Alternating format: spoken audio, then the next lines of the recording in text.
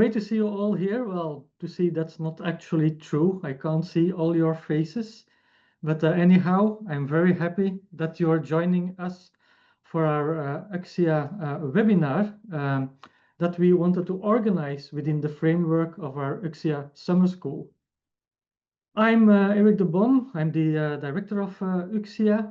And since we're organizing this webinar within the framework of our UCSIA Summer School, allow me to say a very few words about UCSIA and about the project of our summer school.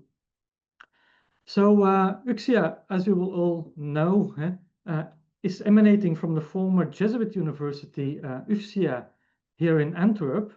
And now for almost 25 years, it's an independent organization that still continues to work in the spirit of the Jesuits. And so what does this actually mean?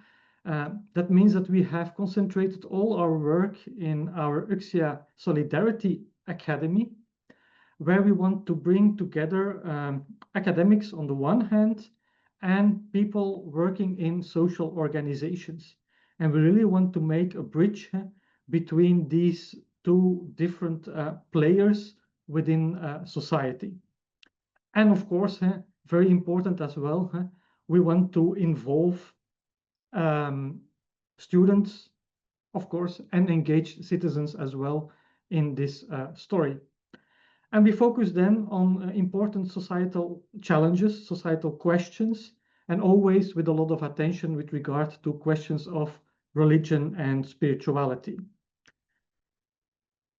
That's in a nutshell something about UCSIA. I don't want to talk too long about that. If you want to know more, please check our webpage, www.ucsia.org, where you can find more about us and about our activities. Within this framework, I especially want to say a few more words about our summer school. The summer school that we are organizing already from the very beginning, and that fits very well within our thematic line, religion, culture, and society.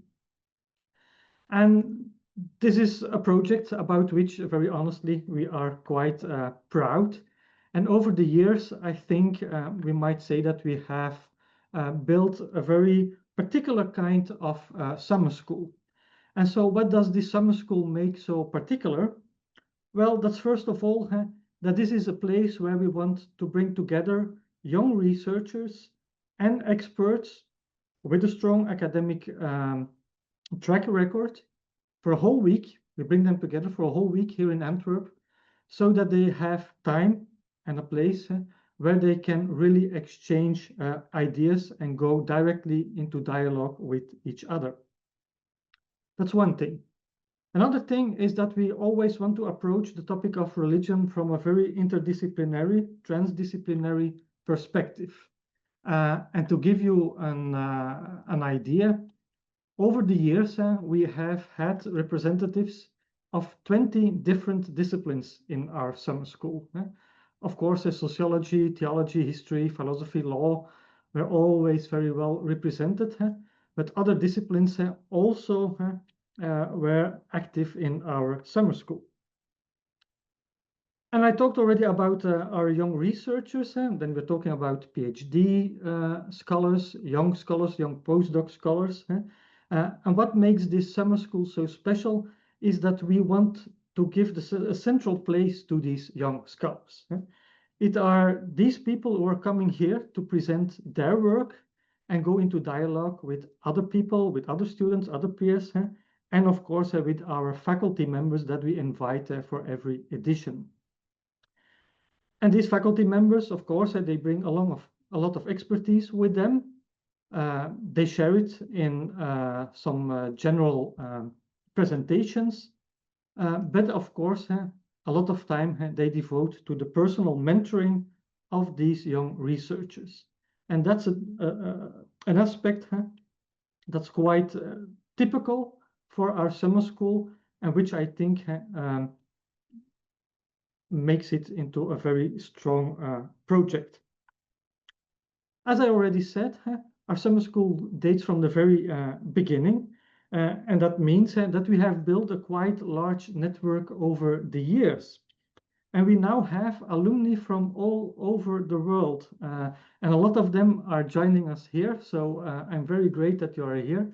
And just to give you an idea, over the years, we have had almost 400 students with us. And they're coming from all over the world, from Europe, Africa, Asia, North America, Latin America. And they're coming from 190 different universities. So I think that's quite impressive. And yeah, this is a real community. And the community is alive. As you know, or as most of you know, we have a LinkedIn page. If you do not know yet, please check it out. And there we want to share important news with each other. And you will see that a lot of people do so. We also publish these kind of news, a recent publication, a new appointment, things like that. We also share it on our website of the summer school. Now, I can already share with you that it's our plan to strengthen this community. We want to do more with it the coming years. So you will hear more about it later. But I think we have an enormous expertise here together. So it would be great if we could profit to a maximum from each other, so to speak, that we can have a more active community where we can exchange ideas, can find each other, and that we can make other plans as well, maybe for the future. We have a tradition that for the organization of our summer schools, we work in cycles of 3 years. And now we are at the end of a cycle. And this cycle is devoted to religion and politics, entanglements, disentanglements in communities and societies. My colleague Gilke will say a little bit more about it later. But so we've had different cycles over the years. For instance, also about entanglements and confrontation, about religion and international relations. I'm sorry, about religion and culture in a globalized world. And so we always have this focus of 3 years, and now a cycle is coming to an end. And so we're looking already forward to next year. And I can share some news here as well. We're not going to organize a summer school next year. Don't be afraid, we're going to do something else. We're going to organize a conference for our alumni and with our alumni, because next year is also the anniversary of UCSIA, because then we can celebrate our 25th anniversary. So for that occasion, we want to do something special. And so the idea will be to organize a conference together and for with our alumni. So I would say, please keep an eye on our webpage. We are going to share information in the near future. And then, of course, this is an online meeting. It's great that we can make contact in this way. But of course, we hope to see many of you again in person. And so hopefully we can do so next year here in Antwerp. So that by way of a very short introduction. Thank you for joining us. Thank you as well for both our speakers, Dan and Marko, for being with us. We're both alumni of our summer school. And I will now pass the floor to my colleague, Gilke Gunst. All of you will know her, I guess, if you have been involved in the summer school one way or another. Gilke is the face of our summer school. And so I'm very happy that I can pass the floor to her. Thank you, Gilke. Thank you, Erik. Hi, everyone. I am Gilke, coordinator of the UCSIA Summer School. And if you are a junior scholar on PhD or a postdoctoral level with a research interest in the digital experiences of religions online, then you are most welcome to join our upcoming edition. We have invited 3 guest speakers, theologian Jonas Kroberg, anthropologist Jasmine Moll, and sociologist Alessandra Vitulo, to share their expertise and to provide extensive feedback on your research projects. So the summer school takes place here in Antwerp at UCSIA during the last week of August, and you can apply with your research project until the 20th of April. Good to know, the summer school is fully funded and there are travel grants available. You can find more information on the program, the application procedure on our website. And if you have any questions, please don't hesitate to contact me. I started coordinating the summer school in 2019, and I am so grateful to be able to build on the rich tradition developed by my UCSIA colleagues, the members of the steering committee, the faculty, and all the participants that have been here throughout the years. And today, I'm especially honored to welcome alumni Daniel Nilsson DeHanas and Marko Veković. Virtually, you're back at UCSIA. Welcome. So let me first introduce you to our speakers of today's webinar. Our first speaker will be Marko Veković, who was part of the 2015 cohort. He then presented his doctoral research on orthodoxy and democracy. He obtained his PhD in political science from the University of Belgrade in 2018, where he is now affiliated as associate professor. His research interest lies at the nexus of religion and politics, with a particular focus on Orthodox Christianity in post-communist societies. His lecture today will examine how the relationship between the Russian Orthodox Church and the Russian state functions in reinforcing nationalist narratives. The second speaker of today is Daniel Nilsson DeHanas, who participated in 2008 as a PhD student in sociology, and then he presented his research on religion, identity, and citizenship in London's immigrant second generation. He is now reader in politics and religion at King's College London. His recent research engages with the rise of global populism and the notion of the sacred. Today, he'll talk about his recent work that will be published soon on the veneration of Donald Trump through memes on Truth Social. Before we start, may I kindly ask to keep your microphones muted. You are welcome to put your questions in the chat throughout the lectures, and we will address them at the end of the webinar. Thank you all for joining us today, and I hereby gladly give the floor to Marko. Okay, thank you so much. Just give me a second to put my PowerPoint on there. Is everything okay? Can you see it? Yes, we can see it, Marko. Okay, good. So, I mean, just before I say a couple of things about my topic today, I'd like to emphasize that it is good to be here, and thank you all for your invitation. It is, of course, deeply appreciated. Also, I usually do that in all of my English lectures. I say that I'm sorry because of my bad English, although I'm quite sure that we are going to understand each other today. And also, I emphasize that I am very bad in doing the PowerPoint presentations. So it is what it is. I try to put it as informative as possible at the moment. Also, I would like to say, I would like to emphasize one important thing that I already did with Gilke and other people from UCSIA. I was a part of the summer school 11 years ago. So if someone asks, who am I here? This is me here in the back. That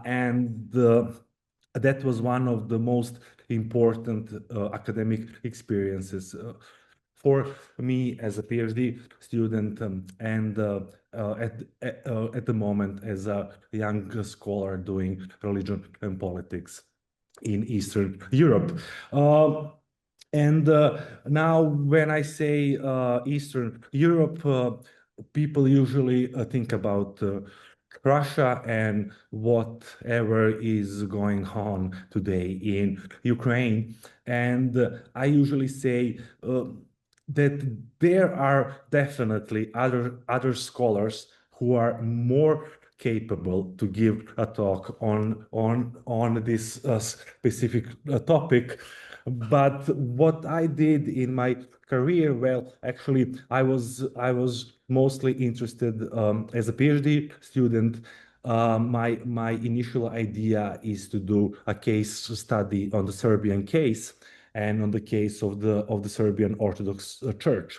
However, what I learned in Antwerp and later on in the US is that no one cares about Serbia.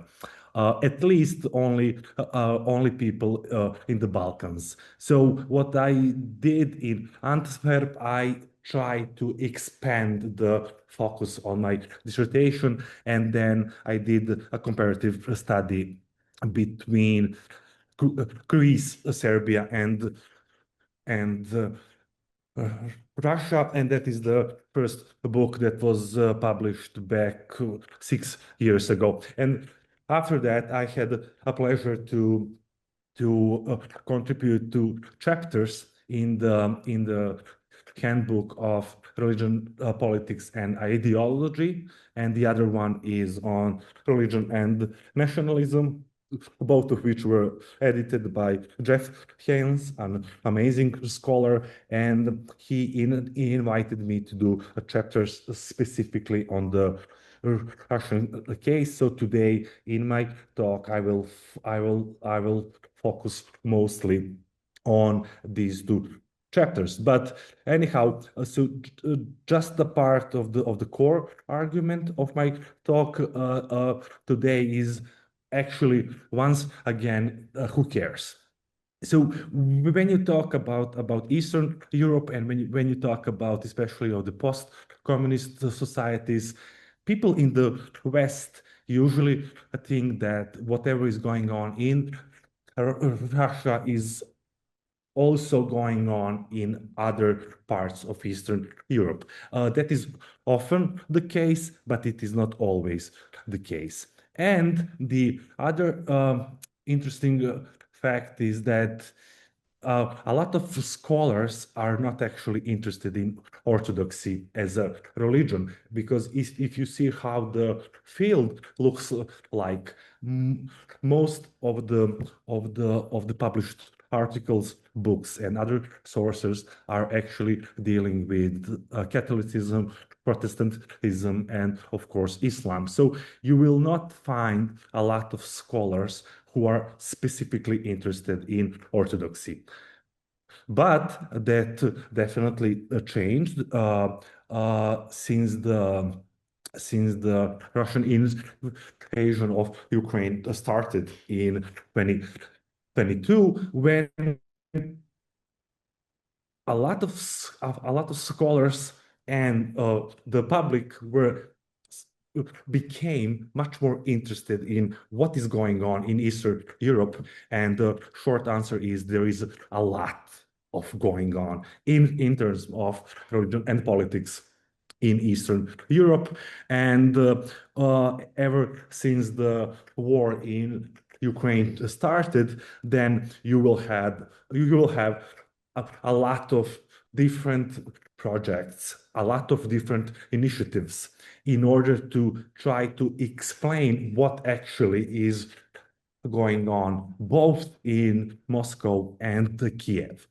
So one interesting initiative was the statement of solidarity that was signed by over 1,000 of scholars and theologians that actually condemned and stand against Christian nationalism and the idea of Christian Europe, and most importantly, the idea of Russki Mir, which is actually the Russian world idea, which is very powerful, and at the same time, it has a potential to do harm not only to the Russia, but also to the other states that are considered to be under the canopy of the influence, of the political influence and economic influence of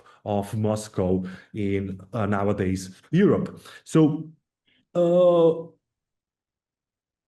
as with any topic which deals with Orthodoxy or Eastern Europe, you have to go way back in the history. And that is the case for Serbia, for Bulgaria, Ukraine, Russia, name it.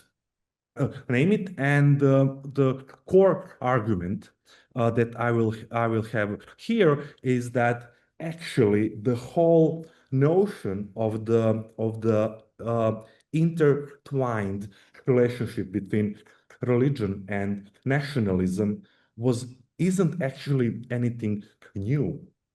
Well, it was actually coined way back in the history, and at least in the 1833, where you will have the idea of the Russian Empire that was somehow, that was also mirrored what was going on in Western Europe and particularly in France, where after the revolution in France, you will have you'll have that ideology of freedom, equality, brotherhood, where you will find the Russian Orthodox Church that was deeply intertwined with the empire, having its own ideology in orthodoxy, autocracy, and nationality, which is completely different idea of compared to what was going on in Western Europe. But I will have to put a pin on this. This isn't only a case with Russia. You will have the same story in Serbia. Or you will have the same story in Greece. We'll have this deeply historically intertwined relationship between the state and religion, which has its own political and social consequences. So my core argument that whatever is going on in Russia after Putin took power is only reinventing the idea of how the state and the society should look like compared to what you will have during the Tsar Dodon, actually. So I also have in my PPT extremely brief theoretical rationale, but I will try to skip it because I think maybe you can just easily Google it and find it online. But I will emphasize something that we all know, that isn't anything new, that one of the most potent characteristics that can be attached to nationalism is religion, and it was like that always and everywhere almost in the history. And I used three theoretical approaches. These guys are well familiar for social sciences, so Riefer, Brubaker, and Soper and Fetzer, all of which can help us to understand what is going on in Russia from the theoretical point. So briefly, so if you want to do a typology of religion and nationalism in Russia using Riefer's approach, you will easily just say it is the instrumental pious nationalism, where you have a state which decides that it will use religion in order to enhance its own nationalistic ideas and the policies. Also, if you try to employ Brubaker's four approaches on how religion and nationalism can be intertwined. I think also that a pretty easy answer is that religion in the Russian case is supplying some of the most important part of the whole idea of the nations, and these are the myths and the symbols. This same story you will also find in Serbia, and religious nationalism, I think, would be a concept that Soper and Fetzer would apply in order to explain the nexus in Russia.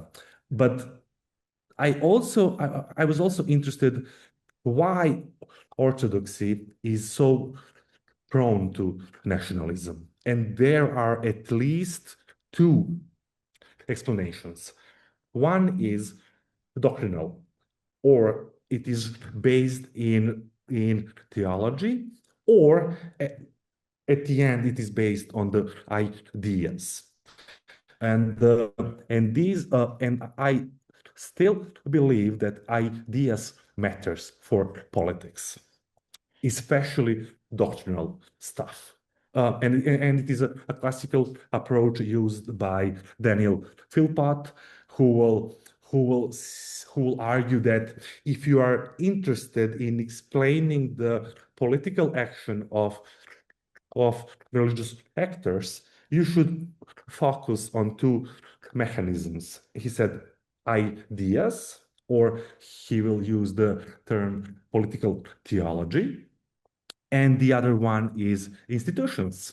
And if you apply that approach to the Orthodox Christianity, an interesting notion comes up, which makes it distinct, and it makes it different than what you will have actually in, for example, Western Europe. You have the notion of symphonia, which is a classical term that is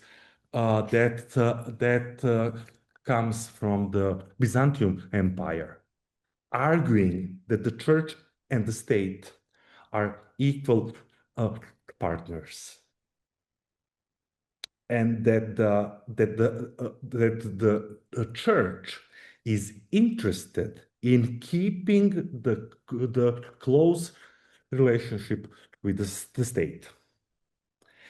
And that is exactly when it becomes interesting, because unlike Catholicism or Protestantism, Orthodox Christianity has a specific organizational structure.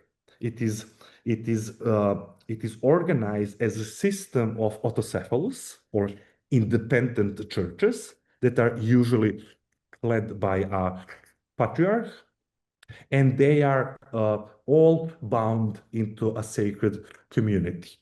So a church historically is autocephalous, which actually means that it is able to choose its own clergy on its own canonical territory.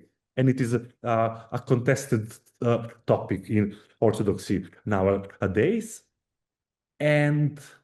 But the consequence of the idea of the autocephalous church in every Orthodox majority country was that political independence of the state always goes hand to hand with the independence of the church. And a vivid example of this is actually the case of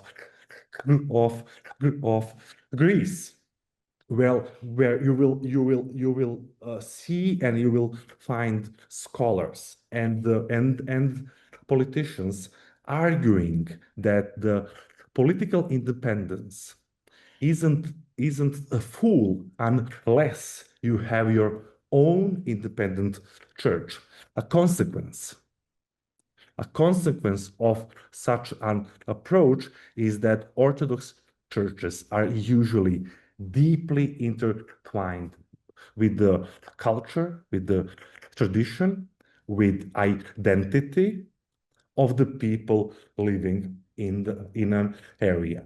And that is the case for the Russian Orthodoxy, Serbian Orthodoxy, and all other churches.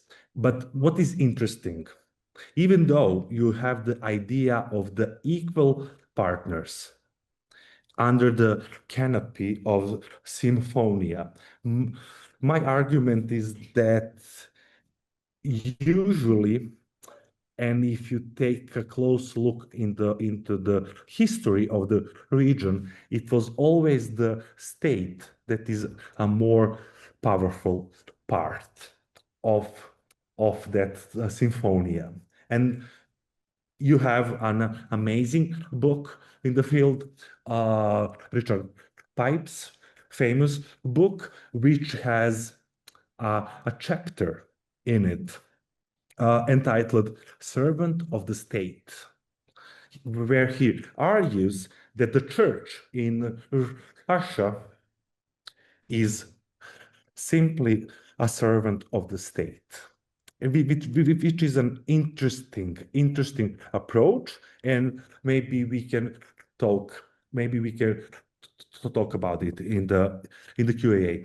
Anyhow, the Pipes is when he is trying to explain the ideology that is dominant in the imperial Russia, he says that that is the idea of the third Rome, and that idea is still very important in Moscow.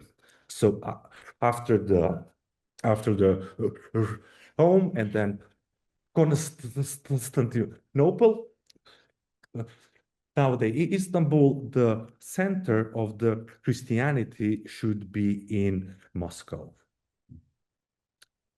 Interesting, and at the same time dangerous idea. With that idea usually go the idea of the imperial Russia. That was, in the Russian case, mostly developed by the people from the church. Also, they would argue that the rulers of Russia, a Tsar, an emperor, should be a universal Christian sovereign, and they should rule all of the Orthodox Christians in the world. And finally, their authority of the Russian Tsar or the emperor should come from the God. All of this in total could have a very dangerous consequences. So and one of those consequences actually is the idea of the Russki Mir, or the Russian world, that actually argues that it has four distinct characteristics. It refers to the national, to the genuinely civilizational community, and that community is not only based on religion, but it's also based on language. And initially, it means the whole area of today's Russia, Belarus, but also Ukraine. It is based on the shared common past, which you will often hear in the discourse of the politicians from Moscow. But even though it consists of the different parts, the heart of the community is Russia because it is most powerful. And finally, it completely separates the model of the Western countries. And those are all the shared consequences of the ideas connected with the institutions. And that is why I think this is Religion and Politics 101, or the intro to the religion and politics. But that isn't simply an idea. The idea of the Russki Mir actually has a big support in the public in Russia. In my PPT, I do have a couple of interesting data coming from the survey that was undertaken in 2017 in Central and Eastern Europe by the Pew. You can easily Google it. And it actually tells us that 85 agree with the statement that a strong Russia is necessary to balance the influence of the West. 77%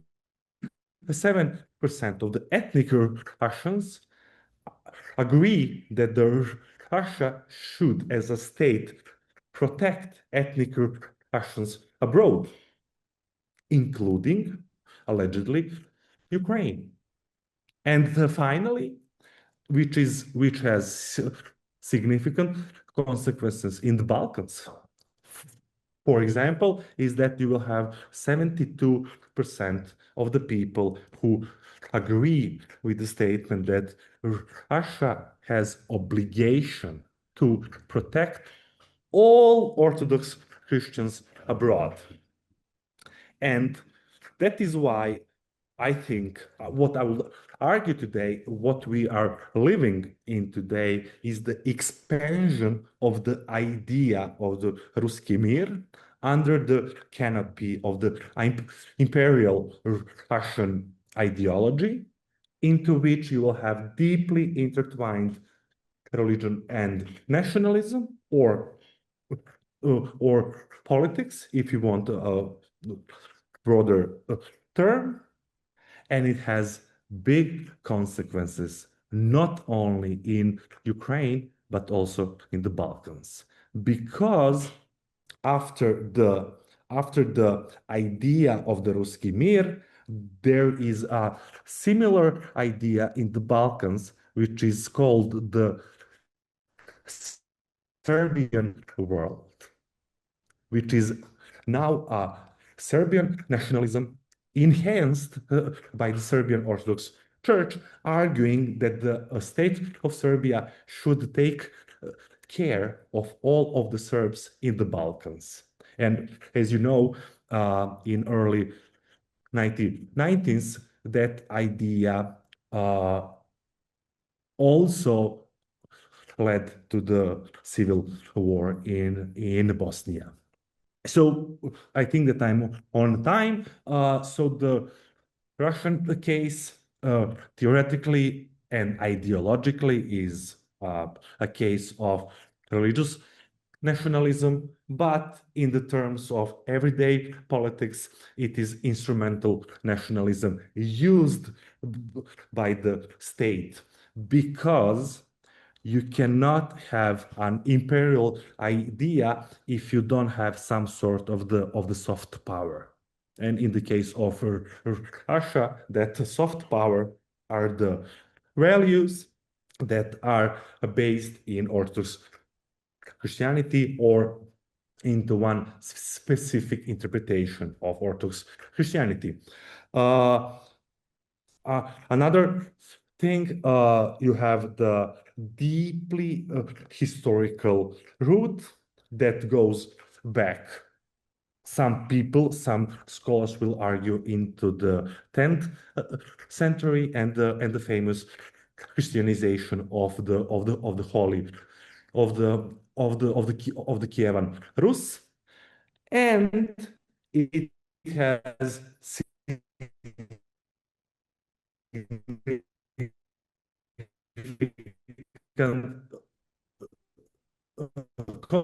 consequences that are other parts of the Orthodox majority countries. And finally, there is a puzzle which is super interesting, I think, for our research is how the government is still kinda successful in managing all of the religious differences that are present in the country, while at the same time keeping the church as its core ally. So that would be it. I think that I was on time, and thank you again for the Thank you invitation. so much, Marko, for your talk.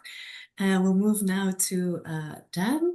And if everyone's okay with that, we'll take some time over to get some time to hear Dan's talk exhaustively and to have some questions later on. Thank you. Please, Dan, go ahead. Okay, wonderful. Thanks so much for the invitation. And yes, I will go ahead and take the 20 minutes, but it may be that I'll take a minute or two less. We'll just see. But it's wonderful to be here. And before I get going, I just want to say that UCSIA was a transformative experience for me as an early career academic. It was absolutely wonderful and gave me a lot more confidence. And so if anybody on this call is considering taking it, you'd be welcome to get in touch with me about my experience, but I just thoroughly recommend it.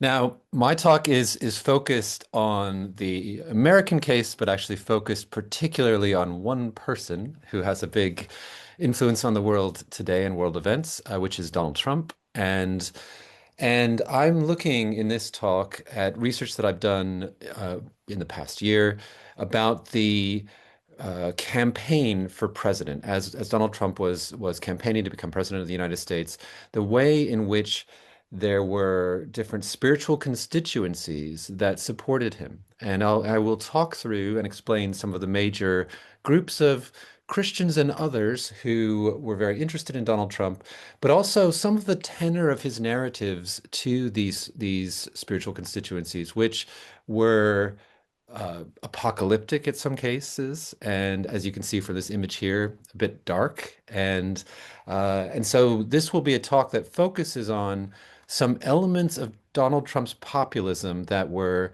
especially charismatic and apocalyptic. And I'll explain what I mean by that as we go on. So when Donald Trump began his campaign for president for the 2024 cycle, it actually began quite obviously with a different tone than his previous campaigns.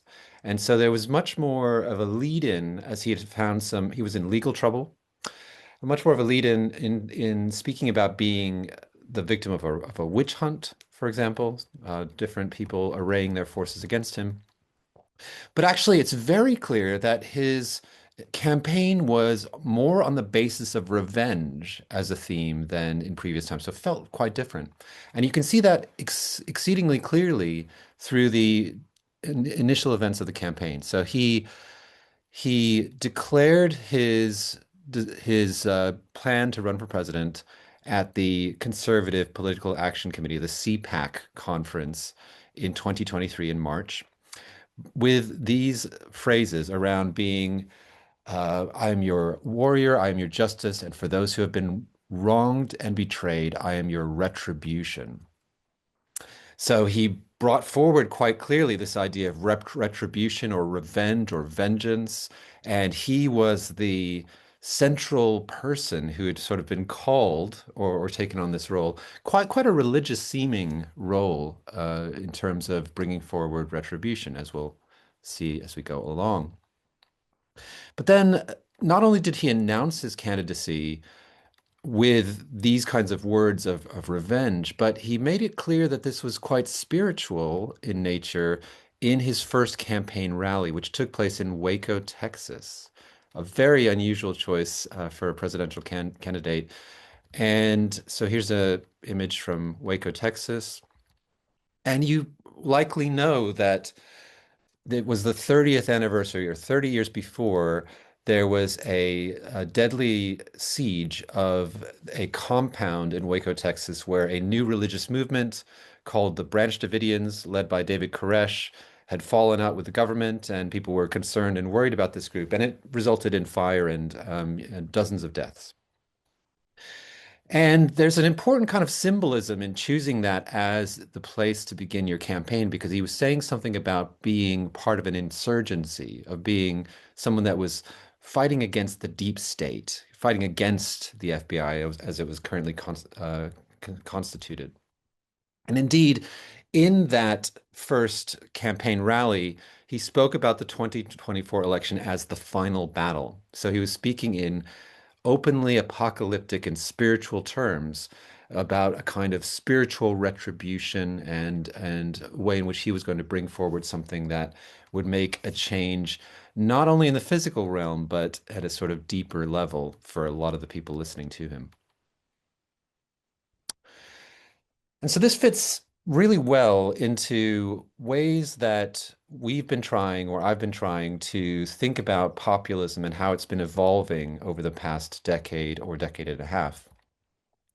And I've been built in this understanding on really wonderful work from Margaret Canavan, who has written about populism as a politics of faith.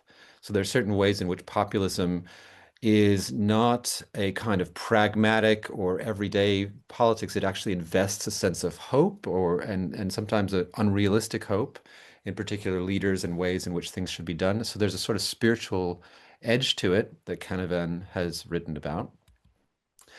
And I've tried to work through those ideas with a sense of populists around the world. So that includes Narendra Modi in India, and even quite secular populists like Marine Le Pen in France, who act in ways that draw on some aspects of spirituality, or something that at least looks religious, whether or not it technically is so. And so I've developed a set of 4 spiritual dimensions in an article that came out in Democratization in 2023 or 2024, depending on the version. And so those are sacred populism, charismatic populism, redemptive populism, and apocalyptic populism. And sacred populism is just demonstrating that all populisms have a sense of the sacred people. There's some way in which there's a core group that populists argue for, because populism is always about the people, who have a heritage or borders or some aspects of their history and community that need to be defended. And that's something which actually applies to every kind of populism. But then charismatic populism is more focused on the ways in which leaders make use of charismatic authority. So I build on Max Weber's idea of charisma. Redemptive populism, of course, is when these leaders are invested in with a kind of hopeful future. And apocalyptic populism is when there's that sort of fork in the road. Will it be the hopeful future, or will it actually turn dark and become urgent and become a kind of final battle, or is a situation where we expect violence to be part of the scenario and retribution? And my reading of Donald Trump's politics over the past few years, and even into his tenure as president this time, is that charismatic and apocalyptic populism characterize him the most, although he does sometimes make use of the other styles as well. And now I just want to say a little bit about his spiritual support base, the people that are active on Truth Social, where I immersed myself with a bit of ethnography for a period of time. And there are a few different groups that we should keep in mind. There are actually influencers, and I'll give you a sense of a couple of influencers in a moment. But then followers break into a range of different categories. And so one broad category would be values voters, people who just think that America should be more morally pure and that there's certain Christian values that should be upheld. There are nostalgia voters, who are those who hearken back to an America that was more white, and where white men had more power in society. And both of these types of voters have been frequently part of analysis of many kinds in previous studies. In more recent years, there's been a bit of focus on the idea of prophecy voters. And Donald Trump has done something quite surprising in bringing neo-charismatic and Pentecostal voters to him en masse. And that's been a really interesting aspect of his politics. And so if you see this picture in the bottom of your screen, you can see that Donald Trump has a range of people praying for him, and one of them dressed in white is Paula White Cain, who is his main spiritual advisor and has been for more than a decade. And she is a neo-charismatic figure and has brought a lot of people into relationship with him that have shaped him to speak more to this segment. And researchers have found that this is the fastest growing segment of churches in the United States. So not only has Trump chosen this group, he's chosen it at a moment where there's quite a bit of momentum for those.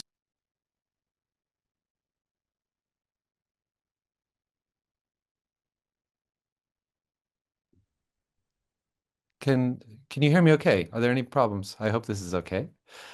Um, so nonetheless, one example of a prophecy influencer is someone you can see here, Lance Wallno, who I will reference a bit later as well. And another constituency that is quite important are Q voters. And so these are people who are attracted to the ideas of QAnon, which is a conspiracy theory that argues that there is a kind of secret cabal that is involved in child sexual abuse, and that key people like Hillary Clinton, Barack Obama, and the Jewish philanthropist George Soros are members of that cabal. And there's a kind of sort of spiritual aspect to that conspiracy theory. And one key influencer in that area is someone who goes by the name of Praying Medic. His real name is Dave Hayes. And he, even though Q, who was a sort of secret poster who was sort of sending around posts for a number of years, hasn't posted for a while, people like Praying Medic have continued to keep up the popularity of the QAnon movement. So hopefully that gives you an idea that Truth Social has a few different constituencies. There are relatively conventional Christians. There are, but conservative ones.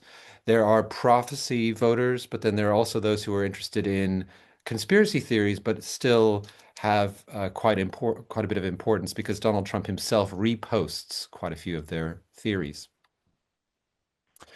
I did research on Truth Social, which is a platform that Donald Trump created himself when he was kicked out of Twitter. It's not nearly as big as X is, so it's about 1% the size, but it is where Donald Trump posts most intimately and most frequently. And so it's where you can sort of see the exclusive posts from him. And so a lot of journalists are on there, but because it's a little bit of a harder platform to get into, there aren't that many people there except for his main base of followers. I did analysis on 10 milestone posts at the height of his campaign. So in the last 6 months of campaigning, actually all the way until the inauguration. And essentially what I did is I found 10 key milestone moments or posts that he put out there, including around his assassination attempts, and then looked at the first 10 image posts that were in response to that from any follower at all. And that gave me a small but quite rich corpus of image posts, which is what I was really interested in. Image posts that had a lot of spiritual content, as you'll see as we look a bit further on. And so this is an analysis from the chapter itself, and I don't need to go into this in much detail other than to sort of show you that sacred, if you look at the left, is quite a broad category, of course, but charismatic is a big category as well for Trump. And apocalyptic is perhaps surprisingly large. A lot of these posts had a clear apocalyptic tone.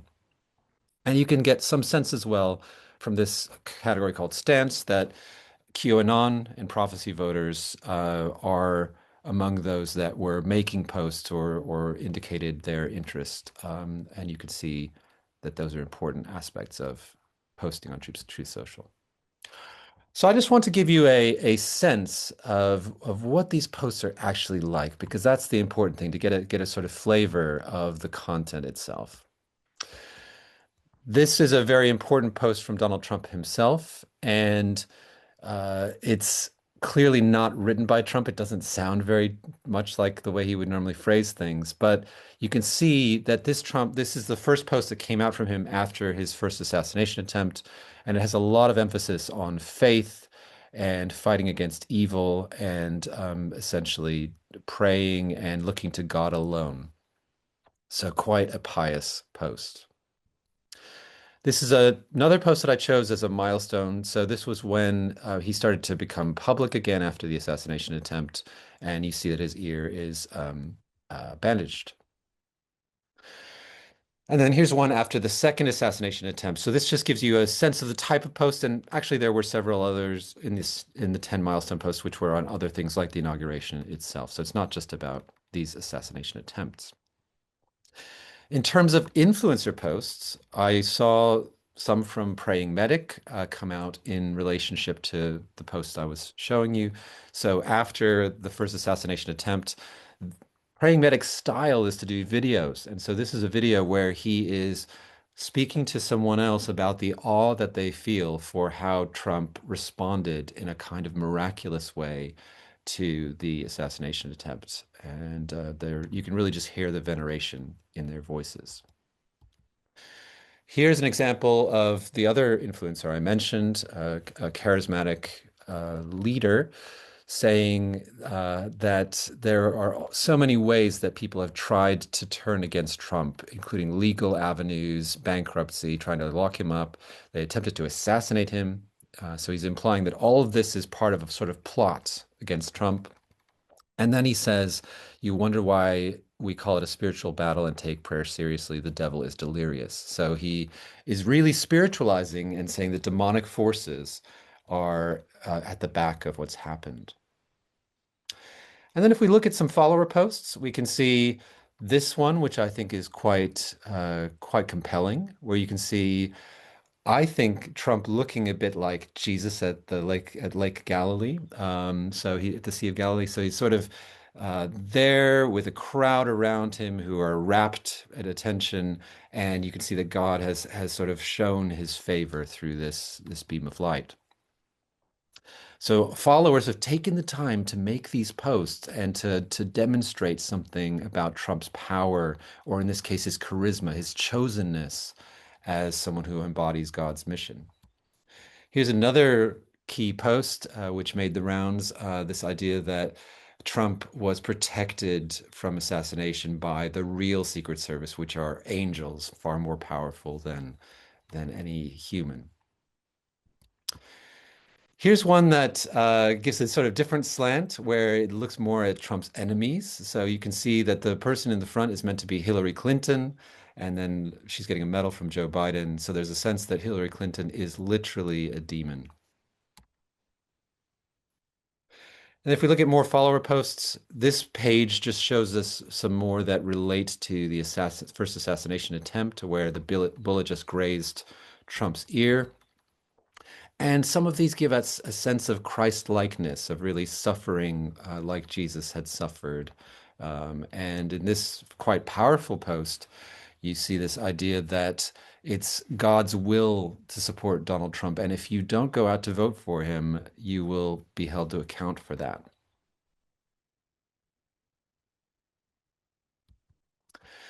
And then this final set of posts gives you an idea of some of the more apocalyptic content, this idea that this is the final battle, as Trump himself has said.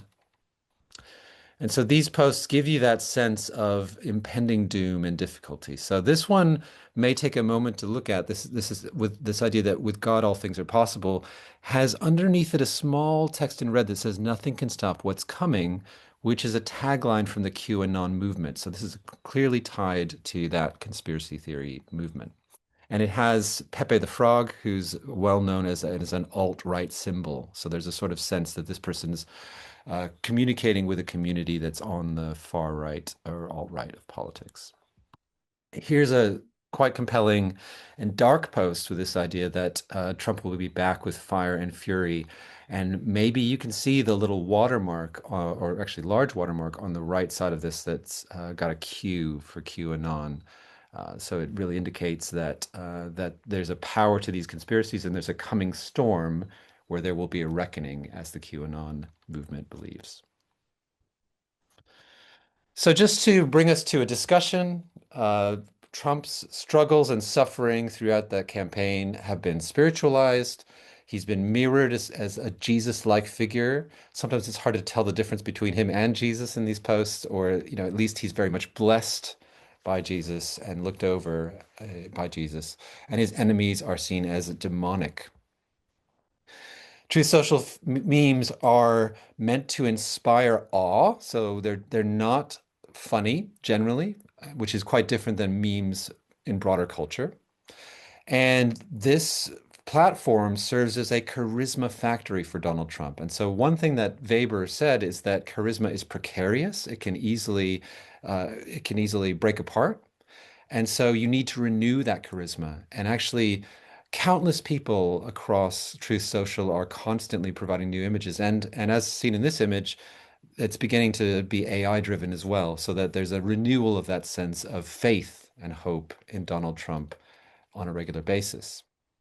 And indeed, that renewed charisma fuels apocalyptic populism, which gives Trump this greater power and greater mandate to act in ways that could be violent, in wars potentially, or in terms of rounding up his political enemies, or in terms of other drastic policies that have the urgency of the apocalypse, yet because he's got this strong authority from his followers, he's got a greater boldness in doing these things.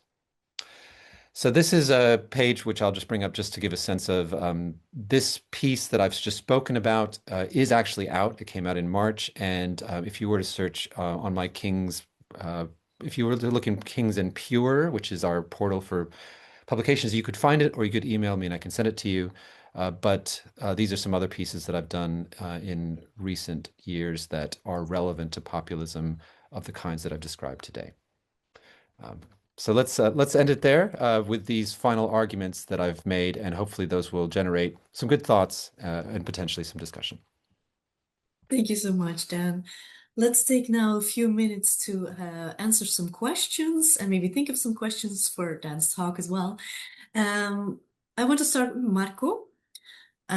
We have received some questions in the chat on the notion of Russki Mir and how these relates to metaphors in the Russian language and the political, religious motives behind the invasion in Ukraine. Okay, definitely. I will take the floor and give Dan a couple of minutes to rest before he jumps in. So yeah, there is a metaphor in the Russian language. It is Svetnaya Rus, which is the holy Rus. Yeah, and it is the notion that actually argues that the land is holy, that the land is sacred, and that we as the people, we should defend the land. And it brings back the old story again, where orthodoxy is intertwined with identity, and it is related to a territory, and of course with the people. So it is the brief answer, and it can be related to the second one, which is the open question, as you said in the chat, about the religious dimension of the war in Ukraine. So briefly, I don't think that religion has anything to do with the whole war or with the causes of the war. I think that we should try to look into other directions if we want to explain the causes of the war. But what is interesting with religion, it can easily add up. And when you add up religion into the mix, then the whole story has completely different dimension. And even Putin, in his interview with Tucker Carlson, that was a year ago or something like that, I think that he, at the end of the interview, he referred to orthodoxy. He referred to the idea of the brotherly people. I think that he also used the sentence same people, same language, and the same religion, which actually means that, which actually give us a clue on how Moscow is seeing Kiev, and it is seeing it under the canopy of the hegemony politics, and see the Kiev as the little brother. And the extremely interesting question was this one: uh, how we can compare the evangelicals in the U.S. and Orthodox Christians in Russia. And I can point you out to the excellent paper by Jose Casanova, and he argues it is the unholy alliance between the U.S. evangelicals and the Russian Orthodoxy, which is based on the shared values, and as the family, tradition, gender politics, and so on and so on. So amazing paper. Google it. I think that you will easily find it. Thank you, Marko. Dan, do you also agree with Marko's comparison of the Orthodox Church and the evangelicals in the US? I do. So I think I would also look at Christina Stokel, Stockl, who's written wonderful things about the Russian Orthodox Church as a moral norm entrepreneur, but also a sort of developing religious right in Russia, which has a lot of parallels, but also a lot of communication with the religious right in the US. So I think they're absolutely interlinked. And there are a lot of sort of strong male Christian aspects of this, which have put these groups increasingly in common with each other, including also Viktor Orban and others who kind of embody a kind of a Christian populist nationalism. Yes, yes. I mean, I see a question as well about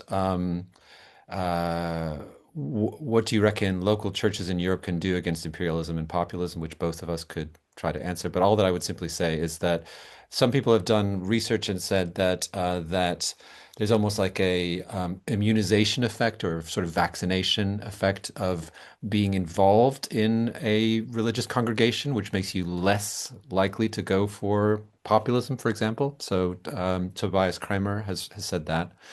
And so I think it's just very important for those who are involved in churches to argue theologically around these points, and that you can make a difference. And it's very important for there not to be a sense that you are co-opted by populists, at least in the context that I know quite well, because often populists give you that sense that all Christians are for something, but Christians and others of faith should speak out.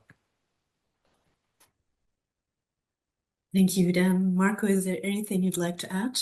If I can just briefly to the point of Dan, one of the venues for these talks is actually the World Council of Churches. Yeah, and they had a huge debate over whether they are going to expel the Russian Orthodoxy or the representatives of the Russian Orthodox Church, and they realized that it would be a bad thing to do. Yeah, we are supposed to be in the same room. We are supposed to talk about this, and if eventually and hopefully to find an answer. Okay, thank you. Let's take one last question on Trump's administration, who has recently implemented several religious policies, such as establishing the Religious Liberty Commission and the American Praise Initiative. How is that related to populism, and are these intentional moves by Trump or sort of enhancing his support among Christians? Yeah, it's a complex question. I think there are lots of ways in which Christians are backing these moves in the US, and I would really recommend everybody read the wonderful book "The Violent Take It by Force." That's a very, very good book about the development of neo-charismatic movements in the US. But I do think that that generally Trump acts in these ways through symbolic gestures to continue to have that sense of strengthening his base, and I think these initiatives would generally, from his perspective, fall into that category. But I'd love to say more, but I think that's probably good for time today. Okay, thank you both for your interesting talks and for your efforts to answer all these questions. Thank you again for being with us again virtually at UCSIA. And thank you all, everyone in the audience, for joining us today. We'd love to see you again sometime at another UCSIA event or an UCSIA webinar. Have a nice afternoon. Thank you. Bye.